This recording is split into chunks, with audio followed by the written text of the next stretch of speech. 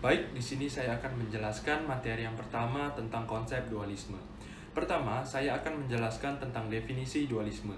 Apa sih dualisme itu? Saya telah mengambil dua kutipan dari para ahli, yaitu dari Buki dan dari Sanusi.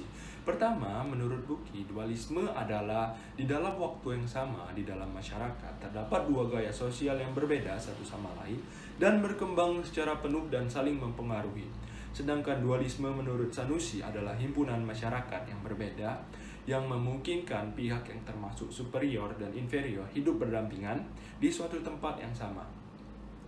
Pernyataan dari dua ahli tersebut maka dapat saya ambil kesimpulan bahwa dualisme pembangunan adalah dua keadaan yang berbeda di mana satu keadaan bersifat superior dan keadaan lainnya bersifat inferior yang hidup berdampingan pada ruang dan waktu yang sama.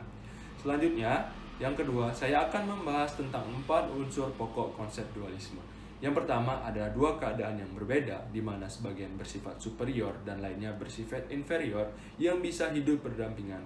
Contohnya, orang kaya dan orang miskin, teknologi produksi modern dan tradisional, dan negara industri yang kuat dan negara industri yang lemah. Yang kedua, yaitu kenyataan hidup berdampingan itu bersifat kronis dan bukan transisional. Artinya, hidup berdampingan antara kemakmuran dan kemiskinan bukanlah suatu fenomena yang sederhana, yang bisa hilang karena proses waktu semata. Yang ketiga, yaitu derajat superioritas atau inferioritas tidak menunjukkan kecenderungan yang menurun, bahkan setiap tahunnya terus meningkat. Yang keempat dan terakhir, keterkaitan unsur superior dan inferior menunjukkan bahwa unsur superior hanya berpengaruh sedikit atau bahkan tidak berpengaruh sama sekali dalam mengangkat derajat unsur inferior. Pengertian teori dualisme sosial berpandangan bahwa ketimpangan antara negara maju dengan negara berkembang terjadi karena adanya perbedaan tujuan ekonomi. Karena dualisme ekonomi ini, kebijakan ekonomi di negara maju tidak berlaku untuk mesejahterakan masyarakat di negara berkembang atau bekas jajahan. Dalam perspektif ekonomi, masyarakat memiliki 3 ciri, yaitu adanya semangat sosial, bentuk organisasi, dan teknologi yang mendominasi. Saling ketergantungan dan saling keterikatan antara ketiga ciri tersebut disebut sistem sosial atau gaya sosial. Contoh kasus yang sesuai dengan teori ini adalah adanya pola pikir tradisional pada masyarakat yang bekerja hanya sekedar mencukupi kebutuhan pokok sehari-hari. Hal ini menghambat terjadinya industrialisasi yang akhirnya sulit untuk mencapai kemajuan. Kesimpulannya, dualisme sosial adalah suatu pertentangan sistem sosial yang diimpor dengan sistem sosial pribumi yang memiliki corak berbeda. Dualisme dapat dipandang dari berbagai hal seperti sosial, teknologi, geografi, dan ekonomi. Dalam hal ini yang akan dibahas adalah dari sudut pandang ekonomi, yaitu kegagalan kebijaksanaan ekonomi liberal yang diterapkan Belanda pada tahun 1870 dalam upaya untuk memperbaiki tingkat kesejahteraan masyarakat di Indonesia, menjadikan kebijaksanaan kolonial ditinjau kembali secara intensif. Oleh karena itu, Indonesia mengalami dualisme ekonomi atau dua sistem ekonomi yang berbeda dan berdampingan kuat. Baiklah, di sini saya akan menjelaskan materi tentang konsep dualisme dan dualisme ekologis. Konsep dualisme adalah perbedaan antara bangsa kaya dan miskin, perbedaan antara berbagai golongan masyarakat yang semakin meningkat. Ada 4 unsur pokok konsep dualisme. Yang pertama, dua keadaan yang berbeda, superior dan inferior.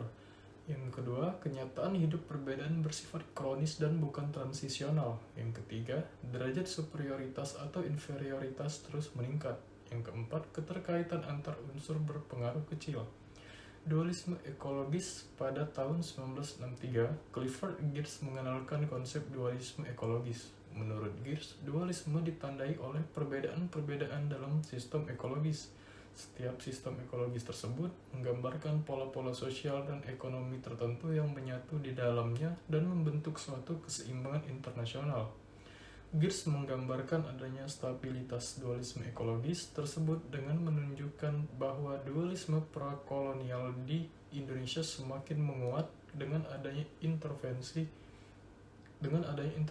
kolonial, bukannya semakin menurun atau berkurang.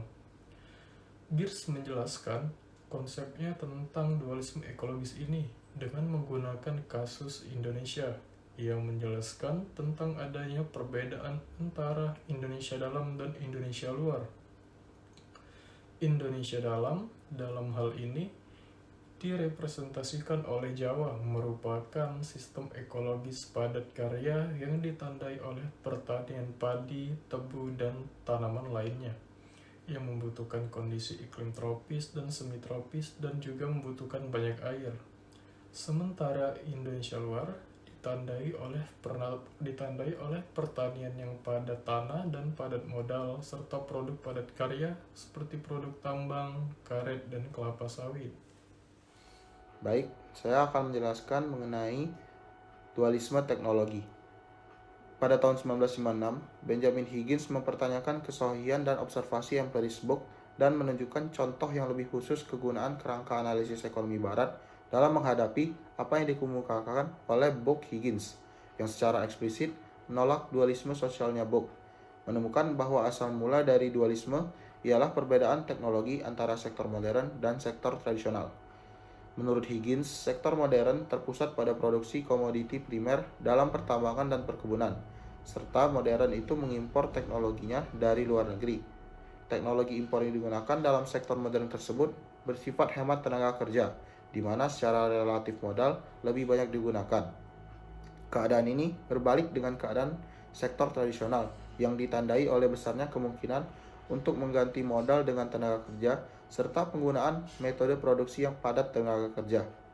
Dengan kata lain, dualisme teknologi adalah suatu keadaan di mana di dalam suatu kegiatan ekonomi tertentu digunakan teknik produksi dan organisasi produksi yang modern yang sangat berbeda dengan kegiatan ekonomi lainnya dan pada akibatnya akan mengakibatkan perbedaan tingkat produktivitas yang sangat besar. Kegiatan-kegiatan ekonomi yang tergolong dalam sektor modern antara lain seperti industri minyak, industri pertambangan, perkebunan, dan lain-lainnya. Baiklah, saya akan menjelaskan tentang dualisme finansial atau dualisme keuangan. Menurut studi yang dilakukan oleh seorang ekonom yang berasal dari Myanmar, yaitu Min, pada tahun 1967, ia menjelaskan bahwasannya dualisme finansial itu merupakan suatu kejadian di mana ada pasar modal atau uang yang sangat berbeda. Ada yang terorganisir melalui bank atau bursa efek dan tidak terorganisir seperti tuan tanah atau rentenir. Min meneruskan studi Higgins tentang peranan pasar modal dalam proses terjadinya dualisme. Min membuat analisis mengenai pasar uang yang terdapat di NSB dan menunjukkan adanya dualisme finansial. NSB ini merupakan gerakan nasional sosialis yang sangat berhaluan paham kanan yang didirikan di Utrecht, Belanda pada tahun 1931. Pengertian dualisme finansial ini menunjukkan bahwa pasar uang di NSB dapat dipisahkan di dalam dua kelompok, yaitu pasar uang yang memiliki organisasi yang baik atau biasa disebut dengan organized money market, dan pasar uang yang tidak terorganisir atau unorganized money market. Pasar uang jenis pertama terdiri dari bank-bank komersial dan lembaga-lembaga keuangan non-bank. Lembaga-lembaga tersebut terutama sekali terdapat di pusat-pusat bisnis dan kota-kota besar.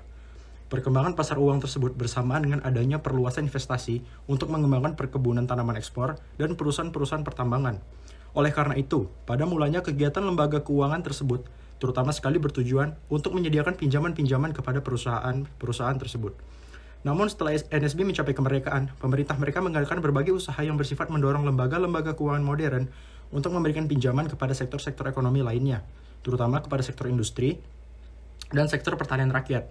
Sedangkan pasar uang yang tidak terorganisir adalah pasar uang yang tidak terbentuk sebagai lembaga keuangan formal. Misalnya para rentenir, para petani kaya, pedagang-pedagang perantara, dan pemilik-pemilik modal di daerah-daerah pertanian. Jika seorang petani memerlukan uang untuk kebutuhan keluarganya sehari-hari atau untuk modal kerja untuk kegiatan produksinya, para pelepas uang informal itu merupakan sumber dana yang utama bagi para petani tersebut. Salah satu ciri penting dari pinjaman modal yang berasal dari pasar modal informal tadi adalah tingkat biaya yang sangat tinggi. Namun, para petani menyukainya karena prosedurnya yang mudah dan sederhana. Terima kasih. Baik, saya akan menjelaskan materi dualisme, yaitu dualisme regional.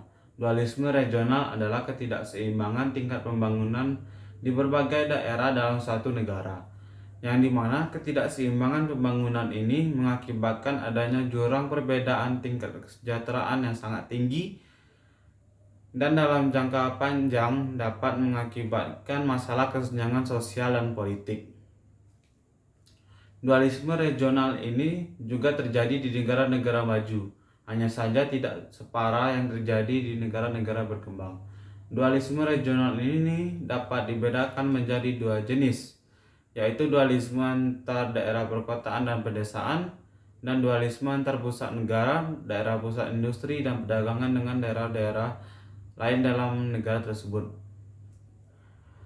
Kedua jenis dualisme tersebut timbul akibat dari investasi yang tidak seimbang antar daerah industri yaitu perkotaan dengan daerah pertanian yaitu pedesaan.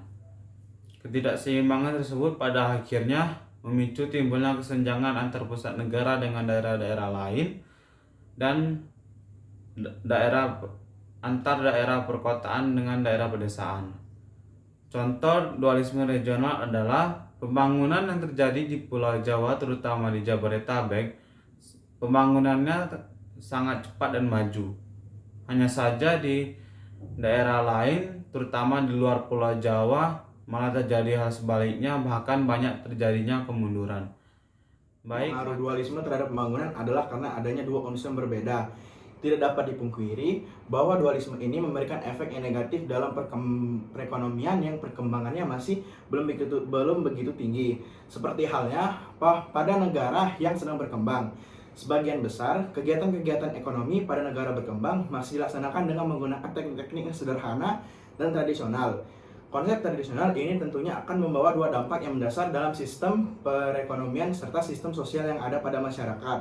Yang pertama adalah tradisional produktivitas akan rendah karena masih tradisional. Lalu yang kedua, sikap takut akan pembaharuan akan mengakibatkan produktivitas yang rendah. Lalu berikut konsep modern, produksi mobilitas yang tinggi dan menjadi dasar dalam menghitung upah setiap orang dan pendidikan serta keterampilan yang dimiliki oleh seseorang dalam bekerja akan menjadi penentu upah bagi masing-masing individu.